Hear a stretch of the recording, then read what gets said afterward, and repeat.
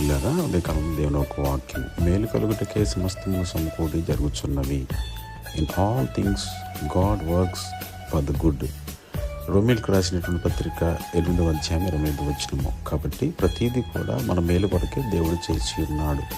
ఆయన సమస్తమును మనం మేలుగా ఉండటకు, మనం మంచిగా ఉండటకు చేస్తూ ఉన్నాడు. ఒకవేళ ఏదైనా నీకు బాధ కలగవచ్చు, ఏదైనా ఇబ్బందికరంగా ఉండవచ్చు, దేవుడు నాకు సహాయం చేయటం లేదని నువ్వు చింతిస్తూ ఉండవచ్చు. కానీ దేవుడు నీ మేలు కొరకే సమస్తమును చేయించున్నాడు. ఒకవేళ అది కీడుగా నీకు అనిపించవచ్చు, నీకు కష్టంగా అనిపించవచ్చు, నీ హృదయముకు నెమ్మది లేకుండానట్లుగా అనిపించవచ్చు. కానీ దేవుడు తన కృపలో నీకు మేలు జరుగుటకి సమస్తమును చేయించున్నాడు. అందుకనే కీడు వెనకాల ఒక మేలు దాగి ఉంటుందని లోకములో మనకు సామెత ఉన్నది. కాబట్టి ఎల్లప్పుడూ కూడా ఆయన యందు మనం భయభక్తులు జీవిద్దాము.